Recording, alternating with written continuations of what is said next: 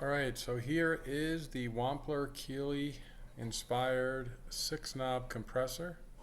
Bit of a glare, but hopefully you can see it.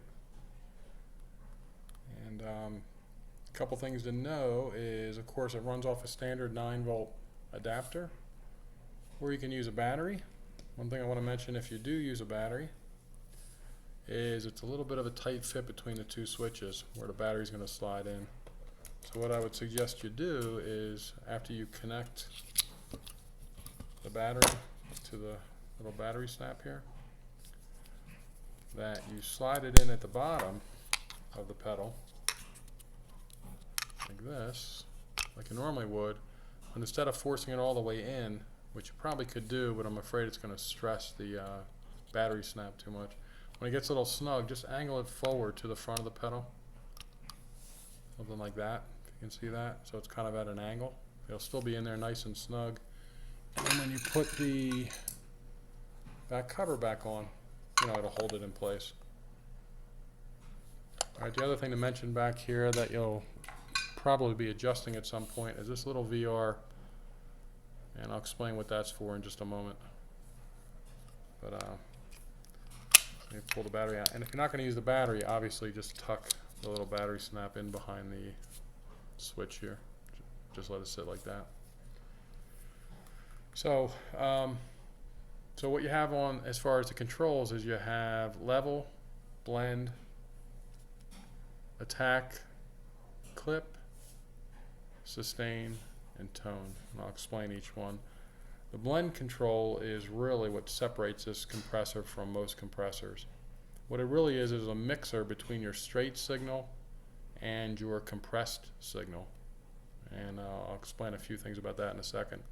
So with the blend control fully clockwise, you have just a standard compressor where your entire guitar signal that's reaching the output of the pedal is compressed, affected by the compressor.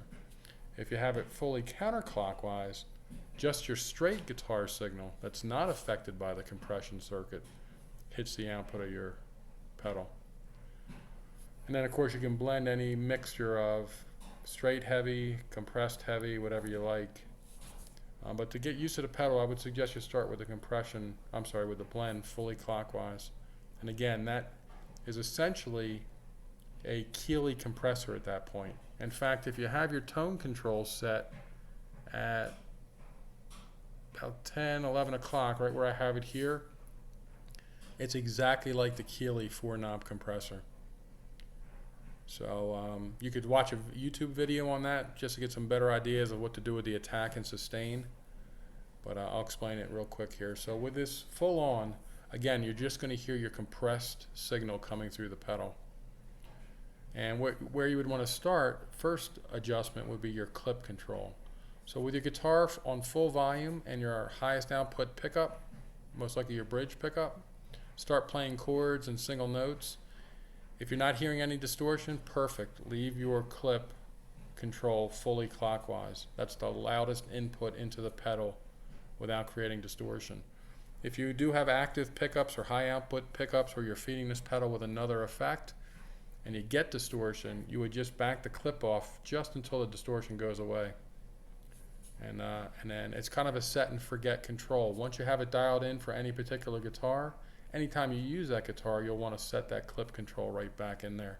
For instance, with a single coil pickup, you're most likely going to have it full on. If you have a high output humbucker, you may be backing it off a little bit. And every time you use that guitar, you would just set your clip there. And again, it's kind of like a set and forget. Incidentally, most compressors have this internally, and it's just affixed to accommodate all guitars. This control allows you to custom tailor it to your specific gear, so it's pretty cool. But most likely you'll be leaving it full on or close to full on. Once you have that set, then the next control to mess around with is your attack control. So fully counterclockwise, you almost can't even tell what the compression's doing. You don't hear it kicking in.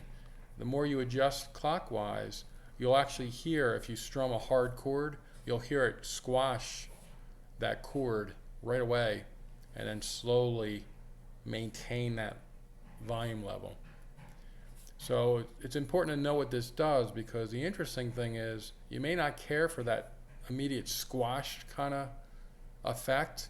The nice thing is with the blend control, and I'll explain a little more later, you can dial back in your straight signal and it masks that initial squash, if you will. And what it really does when you have your blend control somewhere in the middle, it kind of puts your compressed signal off to the side, riding shotgun, if you will.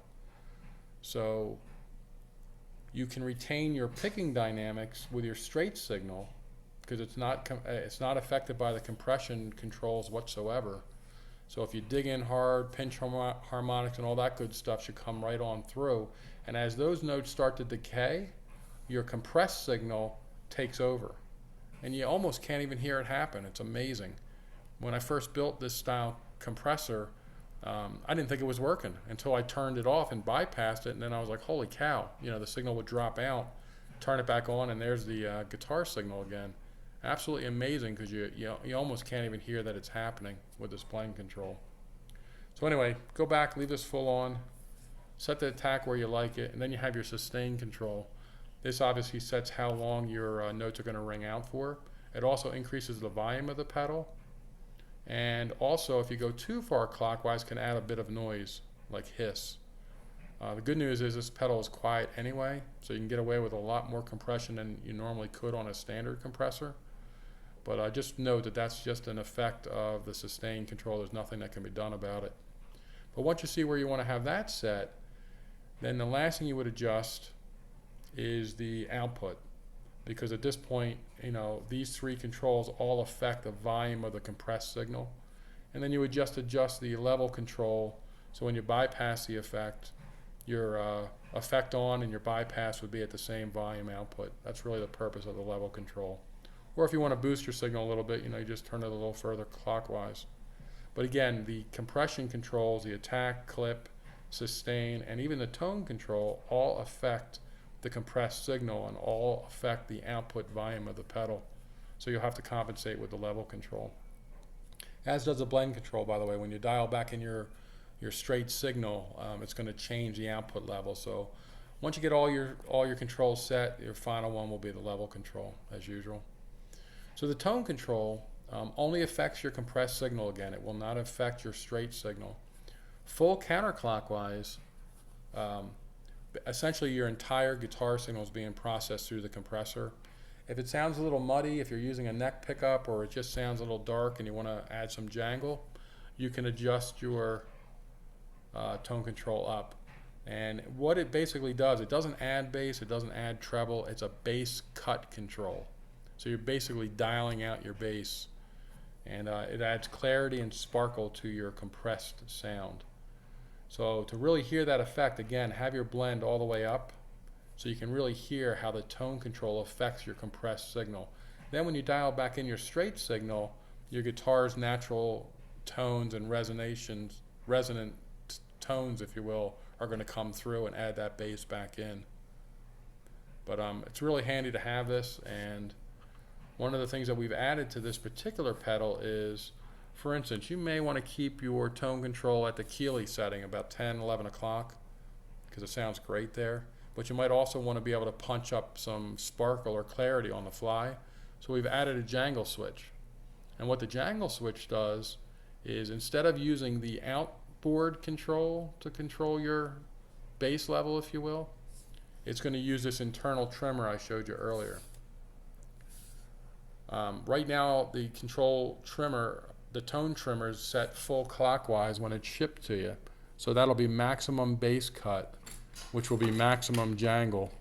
If it's too much, if you don't like it that bright, you would just take a flathead screwdriver and gently go in here and back off on the little control there.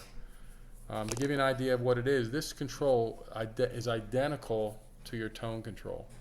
So if you want a jangle setting at about 2 o'clock, if that's what you prefer, but you don't want it all the time, you'd rather leave your tone control at 9 or 10 o'clock, but occasionally you like to kick it up to 2 o'clock, what you would do is set your internal trim pot to that same setting at 2 o'clock. And then what happens is, when you engage the jangle switch, it'll switch from the external control to the internal control. So you instantly it's as if you had reached over and adjusted your tone knob, but you're doing it with your foot switch. And then when you turn it back off, you know, the light will go out. Sorry, the light will go out. Then it's back to where you had your tone control set. Hope that makes sense. Again, with all compressors, if you're using this as a standard compressor with your blend all the way up, that's like a standard Keeley compressor like I mentioned, it tends to squash all your picking dynamics because it's going to lower the volume of your high output notes and it's going to raise the volume of your lower output notes.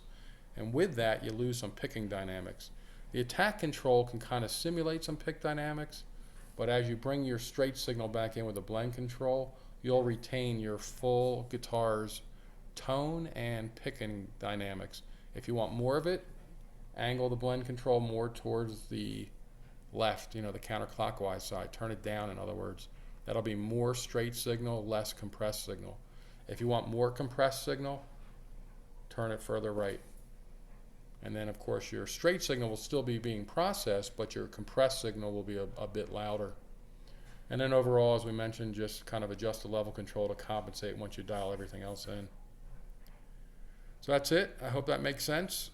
If you want further information on the standard control settings, compressor settings, like I said, check out the YouTube videos on the Keeley 4-knob compressor.